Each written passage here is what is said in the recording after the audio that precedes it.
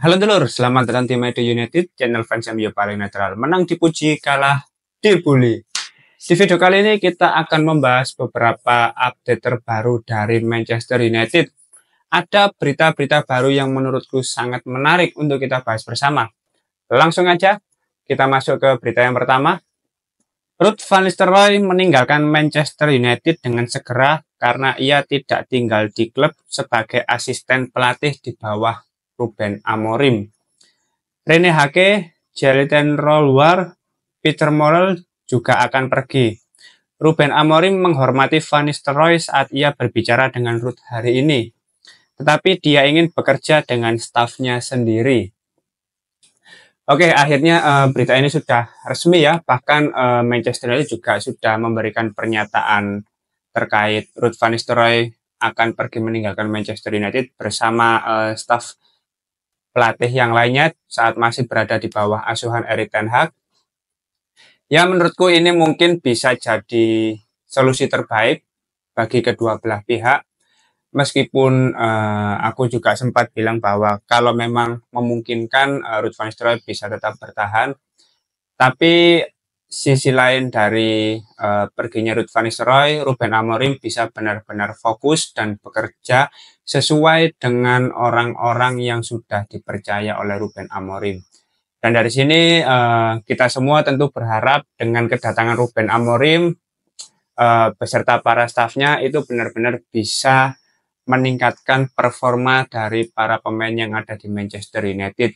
Karena tadi kita juga sudah melihat nama-nama seperti Peter Morel itu kan salah satu analis juga di Manchester United, juga telah pergi untuk saat ini, dan Ruben Amorim juga sudah membawa staf analisisnya sendiri. Nah, aku sih berharap meskipun di Liga Portugal, Sporting Lisbon secara intensitas, secara kualitas liga tentu berbeda dengan Premier League.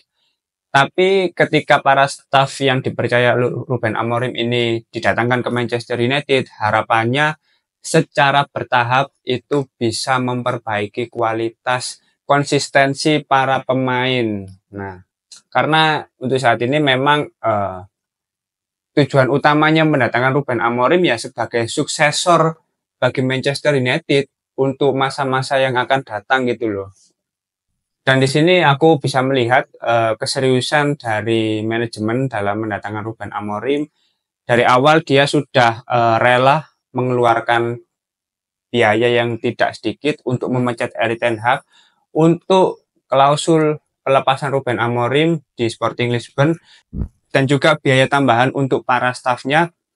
Itu semuanya sudah mengeluarkan dana sekitar 30 juta pound sterling. Dan sekarang Ruud van Nistelrooy sudah resmi meninggalkan Manchester United, tidak masuk ke dalam jajaran staf Ruben Amorim. Ini mengindikasikan bahwa manajemen benar-benar ingin memberikan kepercayaan penuh kepada Ruben Amorim.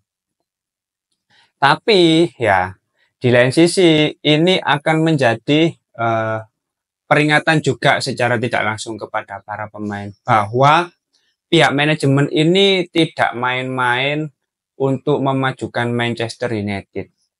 Mengapa bisa demikian? Karena yang pertama, Sir Alex Ferguson itu sudah tidak lagi menjadi brand ambassador di Manchester United, sudah tidak bisa masuk ke ruang ganti. Pada waktu itu kita sempat membahas bahwa apakah sebelum-sebelumnya Sir Alex ini masih memiliki peran, masih memiliki masih ada kaitannya terhadap kebijakan-kebijakan di Manchester United. Masih cawe-cawe ke dalam urusan dapur Manchester United. Akhirnya untuk saat ini sudah tidak menjadi bagian dari Manchester United, hanya sebatas direktur eksekutif ya, tapi masih bisa menikmati pertandingan di Old Trafford. Lalu sekarang Ruud van Nistelrooy meskipun seorang legenda Manchester United, tampaknya memang akan ada perbedaan pemahaman kalau misalkan masuk ke dalam jajaran staf di Manchester United. Akhirnya tidak dilanjutkan kontraknya bersama Manchester United. Tidak disebutkan detail kompensasi dan lain sebagainya seperti apa. Intinya RVN sudah resmi meninggalkan Manchester United. Dan para pemain kalau misalkan tidak perform, tidak menunjukkan kualitas terbaiknya, harusnya sih para pemain ini bisa didepak ya dari Manchester United atau minimal dipinjamkan lah. Kalau misalkan secara performa tidak menunjukkan ke arah yang positif. Itu yang menurutku harus menjadi fokus tersendiri ya bagi para pemain, karena ya Ruben Amorim ini pelatih pertama yang didatangkan dari manajemen di bawah kepemilikan Ineos.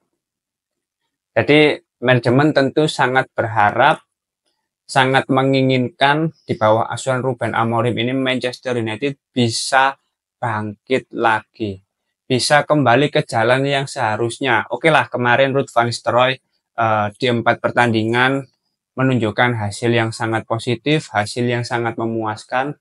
Tapi sekarang tentu semuanya akan berubah, semuanya perlu beradaptasi, semuanya perlu menyesuaikan. Ruben Amorim juga perlu menganalisa lebih jauh karakter, kualitas para pemain yang ada di Manchester United ini seperti apa, cedera yang dialami oleh pemain untuk saat ini sejauh apa, mengapa Manchester United musim ini masih kesulitan untuk meraih 3 poin. Semuanya pasti akan dianalisa lebih jauh, lebih mendetail oleh para staf Ruben Amorim, dan Ruben Amorim sebagai pelatih kepala akan memberikan instruksi-instruksi dan juga arahan-arahan agar para pemain ini bisa kembali meraih performa terbaiknya.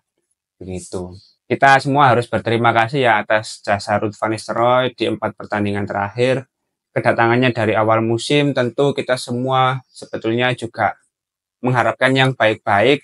Wah, kedatangan Ruud van Nistelrooy ini tentu bisa mengubah internal Manchester United, bisa mengubah striker Manchester United menjadi lebih tajam.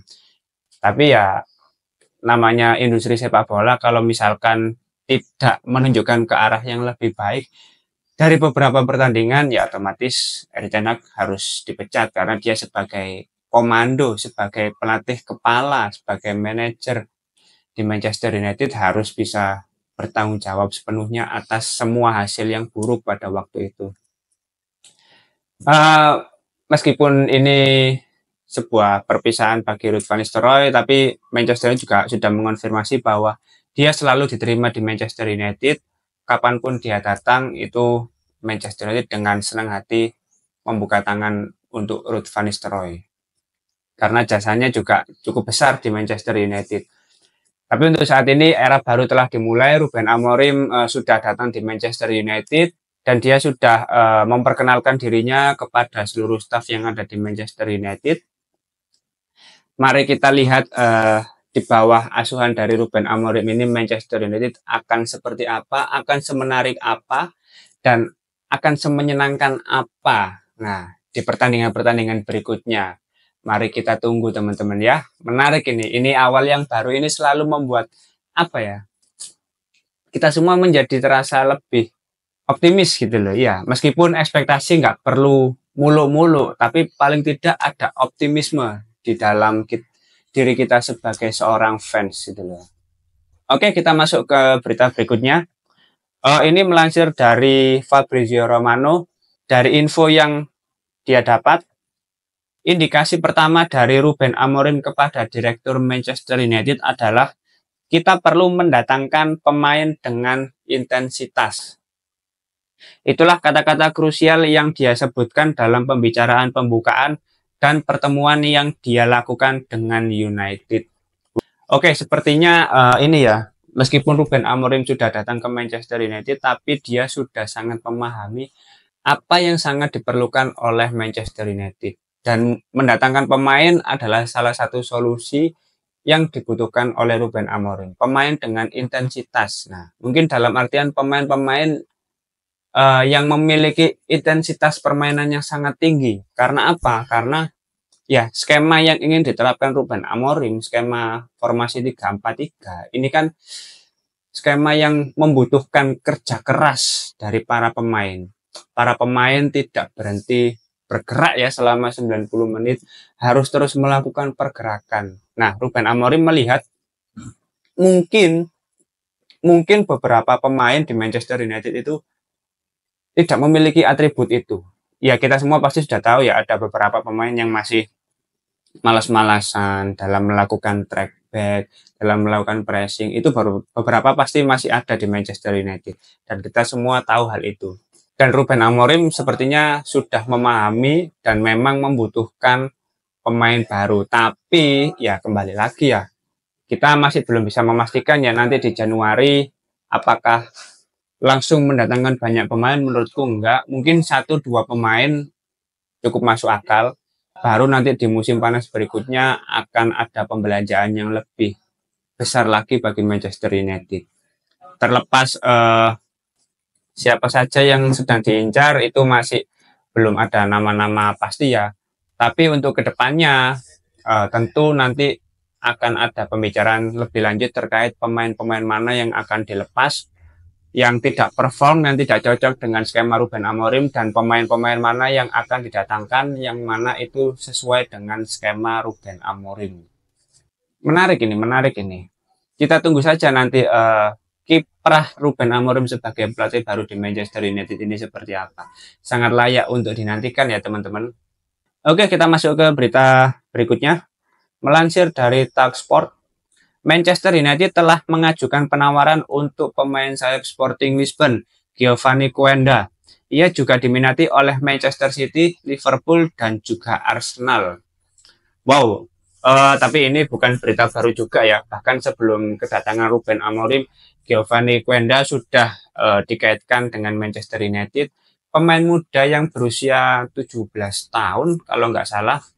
Pemain asal Portugal ini memang secara performa menurutku untuk pemain seusianya ya sudah menunjukkan kualitas yang bagus. Memang memiliki potensi pemain ini. Bahkan kadang-kadang pemain ini adalah pemain yang sangat potensial untuk anak seusianya gitu loh. Tapi ya kembali lagi ya, namanya pemain potensial bisa sukses bisa enggak. Nah, tergantung bagaimana cara mengelola pemain tersebut. Nah, berhubung Giovanni Coenda ini sudah pernah bekerja di bawah asuhan Ruben Amorim, ya meskipun apa ya, jangan sampai kejadian seperti di masa kepelatihan Erik ten Hag itu terulang kembali. Oke, mungkin bisa mendatangkan pemain-pemain yang sudah bekerja dengan Ruben Amorim, tapi nggak secara keseluruhan ya, nggak secara keseluruhan. Kalau seperti itu tandanya ya Ruben Amorim nggak bisa beradaptasi, hanya mengandalkan pemain-pemain yang pernah bekerja sama dengannya. Tapi Ruben Amorim sebagai pelatih mendatangkan pemain-pemain yang mungkin pernah bekerja dengannya, itu sudah melewati proses analisa yang mendalam. Sudah dianalisa secara lebih mendetail bahwasanya pemain ini kalau berada di Premier League apakah bisa berkembang, apakah bisa mengimbangi intensitas yang sangat tinggi ketika berada di Premier League, apakah bisa menghadapi tekanan dari fans, dari media apabila didatangkan ke Manchester United. Tentu semua itu harus dipertimbangkan terlebih dahulu sebelum mendatangkan pemain. Ya, kalau Ten Hag kan selama dia pernah bekerja di klub sebelumnya, terlepas nanti bisa maksimal nggak di Premier League itu urusan belakangan. Ya terbukti ya pemain-pemain seperti Anthony, Tyrell Malacia itu kan ya salah satu contoh yang masih belum bisa menunjukkan kualitas terbaiknya lah. Oke lah, Mazraoui dan De Ligt sudah terlihat cukup solid. Lisandro Martinez. Tapi kan beberapa juga masih belum menunjukkan. Mason Mount, Rasmus Højlund, ya ini kan masih belum menunjukkan performa terbaiknya. Bahkan pemain-pemain yang belum perform itu pemain-pemain yang dibeli dengan harga cukup tinggi loh. Kalau Matthias De Ligt, Nozer Mazraoui kan ini kan sudah masuk di era manajemen yang baru gitu loh. Beda kayak Mason Mount, Anthony, Tyrell Malacia, Rasmus Højlund. Nah, ini kan masih belum ke performa terbaiknya menurutku. Ya kita lihat saja ya untuk situasi Giovanni Coenda ini seperti apa. Ya akan sangat menarik kalau dia bisa didatangkan ke Manchester United. Tapi kembali lagi ya, tidak perlu terburu-buru karena Ruben Amorim sendiri sebelumnya sudah sempat memberikan statement kalau dia akan menganalisa lebih dulu, dia akan beradaptasi selama 6 bulan. Situasi di Manchester United ini seperti apa, karakter para pemain seperti apa, baru mungkin kedepannya dia akan memutuskan membeli pemain mana yang sesuai dengan kebutuhannya. Oke, kita masuk ke berita berikutnya. Manchester United tertarik untuk merekrut gelandang berbakat dari Dinamo Zagreb. Agak sulit bacanya ini ya. Martin Baturina yang saat ini berusia 21 tahun. Ia telah menolak tawaran kontrak dari Real Madrid. Barcelona dan Atletico Madrid juga sangat tertarik. Baturina berencana pindah klub pada akhir musim ini. Ia melihat Bundesliga sebagai langkah yang tepat. Harganya sekitar 20-25 juta euro. Oke, ini pemain asal Kroasia ya, dan bermain untuk klub di Kroasia. Martin Baturina menurutku secara statistik di Liga Kroasia cukup bagus juga ya. Kalau melihat usianya yang masih muda, bahkan di Liga Kroasia dari 11 pertandingan, dia sudah mencetak 1 gol dan 6 assist kalau nggak salah. Bahkan kabarnya dia juga sudah sempat menolak Real Madrid, menandakan kalau banyak klub yang tertarik kepada jasanya itu memang secara performa berarti menunjukkan progres yang cukup signifikan untuk pemain seusianya. Tapi kembali lagi ya, pemain-pemain seperti ini akan menjadi persaingan yang cukup ketat bagi Manchester United kalau ingin mendatangkan Martin ke Manchester United.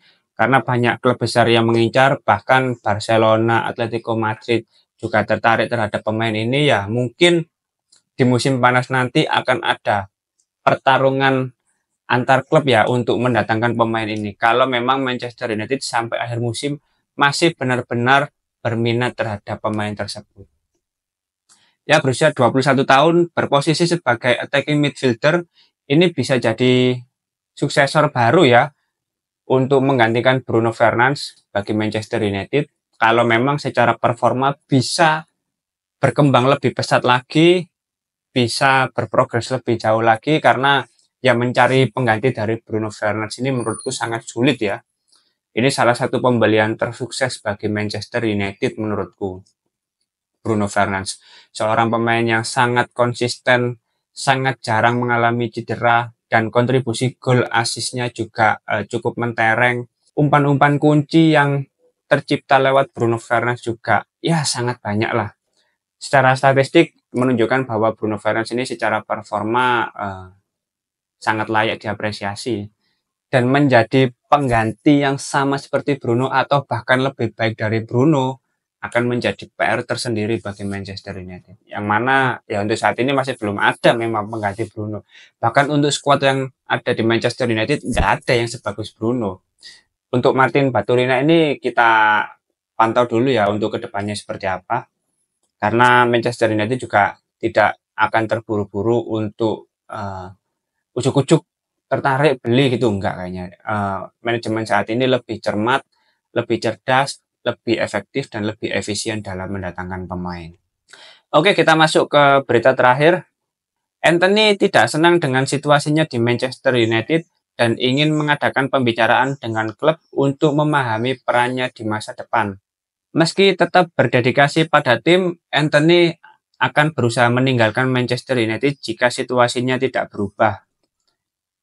Ya, kalau misalkan ingin pindah juga nggak apa-apa. Kalau misalkan mau bertahan dan sesuai dengan skema Ruben Amorim, tentu itu akan sangat bagus bagi Anthony sebagai pemain ya, karena memang dia membutuhkan tambahan menit bermain. Secara usia dia masih muda, tapi performanya di Manchester United menurutku sudah flop, sudah tidak bisa berkembang lagi.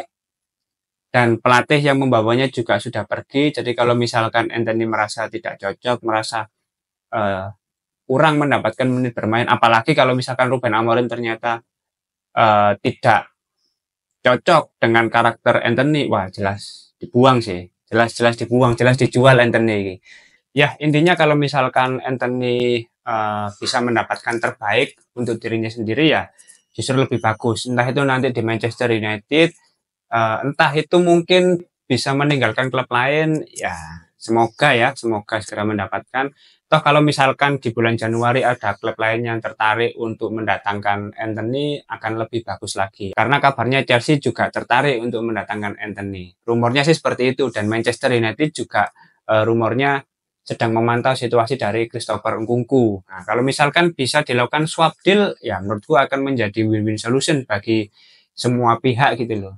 Tapi ya kita lihat nanti ya, untuk situasi Anthony ini seperti apa. Karena memang kadang ya kasihan ya pemain-pemain seperti Anthony ini. Kalau udah flop, nggak berkembang, ya yang menghujat bukan hanya media gitu loh yang mengkritik, bahkan fans, bahkan hatersnya itu semuanya ya ngasih tekanan, dibuatkan meme, wah, itu ya memang gimana lagi ya Manchester United itu memang seperti itu. Salah satu profesi tersulit di dunia ya menjadi staff Manchester United, menjadi pemain Manchester United. Nggak bisa dipungkiri itu.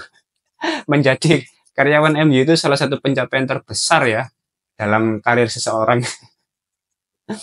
Oke, mungkin itu dulu beberapa berita dari Manchester United. Kalau teman-teman ada opini lain terkait berita tersebut, langsung tulis saja di kolom komentar. Kita diskusi santai seperti biasa. Terima kasih sudah menonton video ini. Jangan lupa like, komen, dan subscribe. Salam.